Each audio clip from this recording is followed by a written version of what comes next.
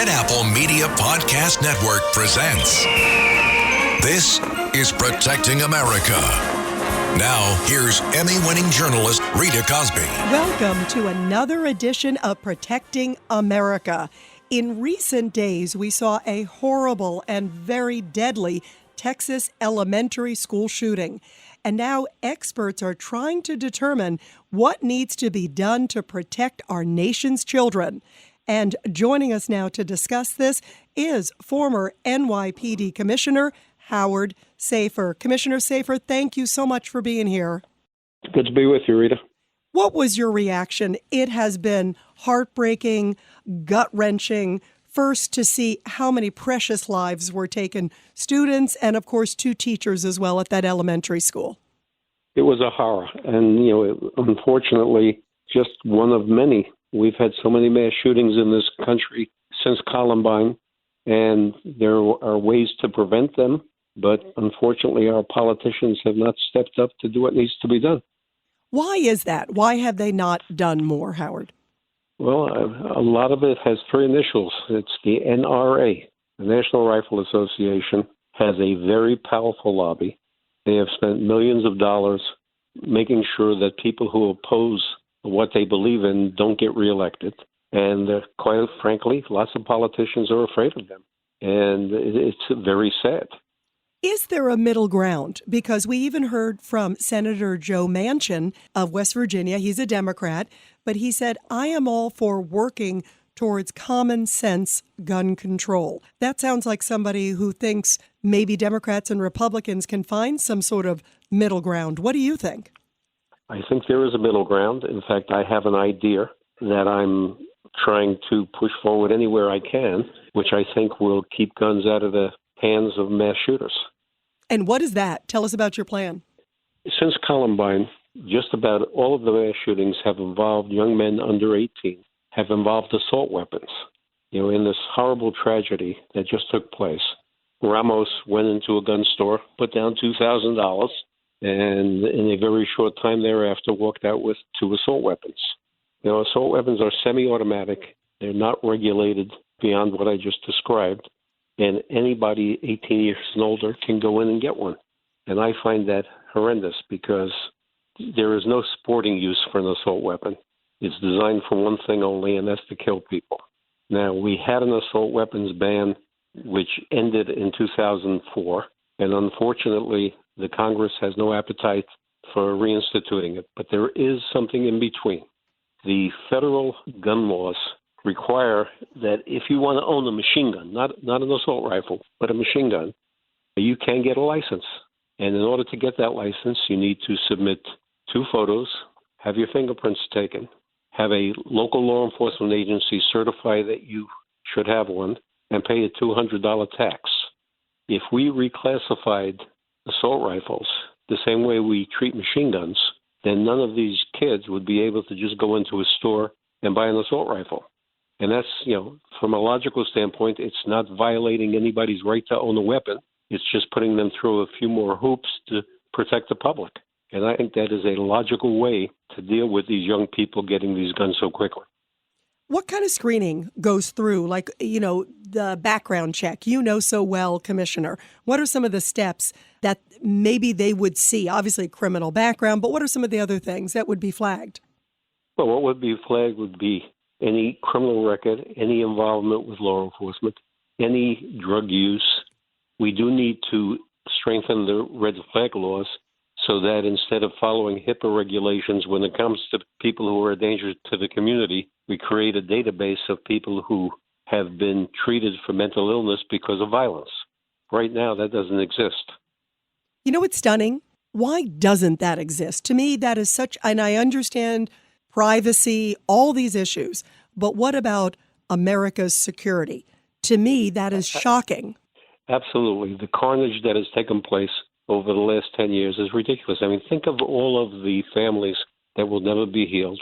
Think of all of the good things that some of these young people who have been murdered could contribute to society. It's just beyond the pale that we don't do something. And certainly politicians should step up and do what they need to do to protect the public. And is the reason Is it because of privacy solely, as I suggested with HIPAA? What is the reason that at least that information, maybe you don't want it shared with the general public, but why wouldn't you want to share it at least with the gun seller, law enforcement certainly? Shouldn't that be fair game? It should be fair game. But you know what the NRA attitude is towards anything that would put responsibility on the gun owner is that they say it's the camel's nose under the tent, that this is just the beginning of a slippery slope where they're going to take our Second Amendment rights away. And that couldn't be further from the truth. But it's the scare tactic that they use to prevent any kind of regulation of weapons.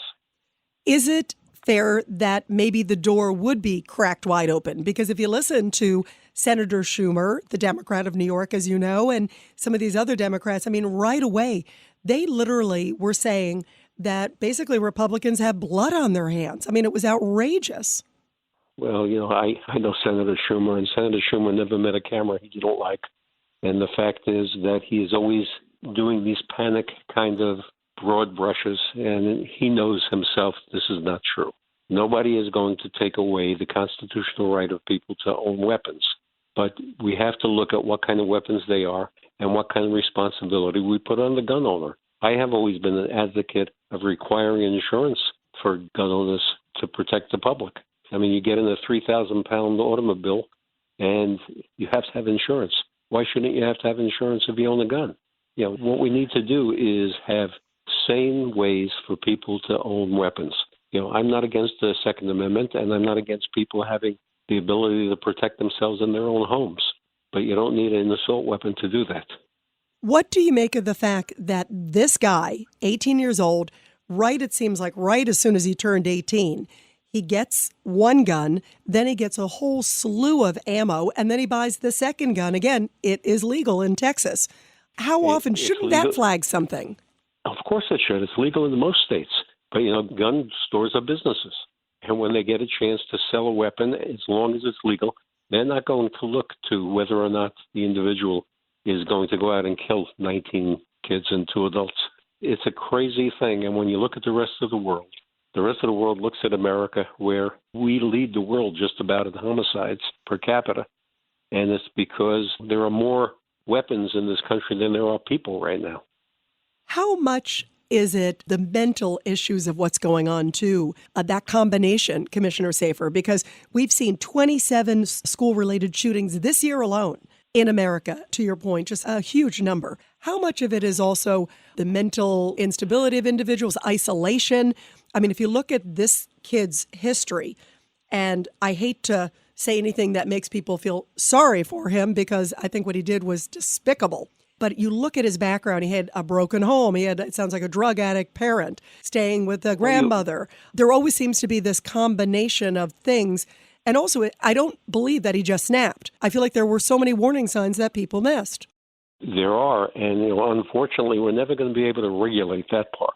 But what we can do is we can make school security better. I believe we should have an armed officer in every school. I believe that every school should basically have one entrance where people are screened before they're allowed into the general population of the school. I believe that schools should have CCTV that law enforcement can instantly cut into to see if something's going on. And all of this technology exists. We just need to use it and make sure that once it's in place, that people are trained to use it. I think of a situation I remember a number of years ago where somebody got into a school through a back door that had a proper lock on it, but the teachers thought it was inconvenient, so they left it propped open. So, that's the other thing. You need to train people to use the equipment that they have. Absolutely. And by the way, as we're learning, sadly, in this Texas case, we're seeing that there's a lot of issues that went wrong. There was originally a report that it was like a school resource officer who was outside the school who basically had a gunfight with the gunman. It turns out that's not true. So we don't know where the school resource officer was. Then this guy too also goes through the back door, which was wide open when they had a lockdown alert. They had already had, gunfire in the parking lot. Why wasn't every single door in that school locked down? What are your thoughts about those two issues? Well, those are certainly troubling issues, but, we should not rush to judgment. First, I know that whenever there's a situation like this, tons of misinformation come out, and when you look into it, a lot of the things that we thought happened really didn't happen. So there's going to be a real biopsy of this entire situation to see when the police were alerted, when they got there, what they did, who did what, and then we can make some judgments, but it's way too early to make judgments now. How much does it pain you to hear now some of these recent reports where they say that there were officers who were outside for a long time and we're not sure? We believe there were some inside at that point, but just a minimal amount. Parents are saying, you see them on video saying, go in, what are you doing? They wanted to run in themselves and stop the gunman. What's your reaction as a commissioner when you hear that? Well, if that happened, it's troubling. But again, we need to wait to get the facts. I mean, the protocols have changed since Columbine. Columbine proved that establishing a perimeter around a active shooter only leads to more deaths. So the protocols have been since Columbine. As soon as you get on the scene, you get to the shooter and you neutralize the shooter as quickly as possible. Whether that happened in this case or not, we'll find out when they get all of the real facts. How gut-wrenching is it when you hear that parents were just out there waiting and wondering, is their kid going to be alive? It's gut-wrenching. And as a law enforcement person, they're trying to keep them away for a perimeter because you don't want them running in either. I mean, that doesn't help the situation. There's no way to describe the loss of a child to a parent. It is the worst possible thing that anybody could think of. But, there's a lot of chaos that goes on in those kind of situations. And you had 3 or 4 different law enforcement agencies, probably on different radio frequencies. Probably establishing an incident commander was not immediate. And again, I'm not about to judge until all the facts have been looked at, because when somebody's shooting at you, I think of that picture that was in one of the papers today of allegedly the border patrolman who shot this individual who basically had a bullet go through the top of his hat. And these are very traumatic, stressful situations. Fortunately, the law enforcement officers let their training kick in and do the right thing. And I'd like to believe that that's what happened here, and we'll find out when it's all investigated. Absolutely. What's amazing are some of the heroes that we're hearing, including Commissioner Safir, a 10-year-old girl. This is an incredible story. The gunman comes in and she's still dialing 911 because she wanted to help her classmates. How inspiring is that? It is, as well as I understand one of the teachers who was killed threw her body in front of the kids. And, that kind of heroism, you can't describe how brave that is. What about the role of parents, or in this case, the grandparents, because he was living with them? I find it hard to believe they didn't see warning signs. I think about the case, Commissioner Safir. I covered a lot of the Newtown, Sandy Hook case, which was very similar. A lot of people are making comparisons because Adam Lanza first killed his mother tragically. Then he goes to the school where she had worked. So there were some comparisons. In this case, we find out, that this was a troubled kid. It seems like a lot of people where he worked said he had a short fuse. He was showcasing buying guns. He was self-mutilating. And in the Newtown case, I'll never forget, I remember the mother thought taking her son to the gun range would have a bonding experience. She knew in that case, there was no question the kid was mentally deranged, had issues, was counseling, in and out of counseling for years, high medication. I mean, there were so many of these things, violent tendencies, and yet she would take him to the gun range. I mean, that to me is staggering. Isn't there a responsibility? Well, there is a responsibility, but, one thing I've always said, you can't legislate compliance or good order. You can only put the things in place, but there's always going to be exceptions. And tragically, the exceptions are things like Sandy Hook and what happened in Texas. But there are things you can do. As I said before, you improve physical security. You improve the people who are going to be there armed. You make sure that there's a deterrent so that somebody knows that they're not going to get into a school. They're not going to get past the armed person who's at the front door. They're not going to let people in unless they identify themselves and they're clear that they're not carrying anything. So, we have to use everything. Will this be the last mass shooting? Unfortunately, no. But can we do things to minimize it? It's like I said about what we do with assault weapons and change how you can obtain them. It won't stop them, but it will certainly minimize the ability of somebody to suddenly say, I'm going to go in and kill a bunch of kids. Absolutely. And obviously, whatever we can do is pivotal. What about the role of social media? Because even in the case in Buffalo, the guy posted these very, horrible messages of what he was about to do. We know there were people that were in this chat room. They didn't have a lot of time, but still, I think it was about 30 minutes before he opened fire on that, grocery store. And then in this case, we know this guy was sending messages to some girl he met online in Germany and said, hey, I'm about to kill my grandmother. I've killed my grandmother. Now I'm going to an elementary school.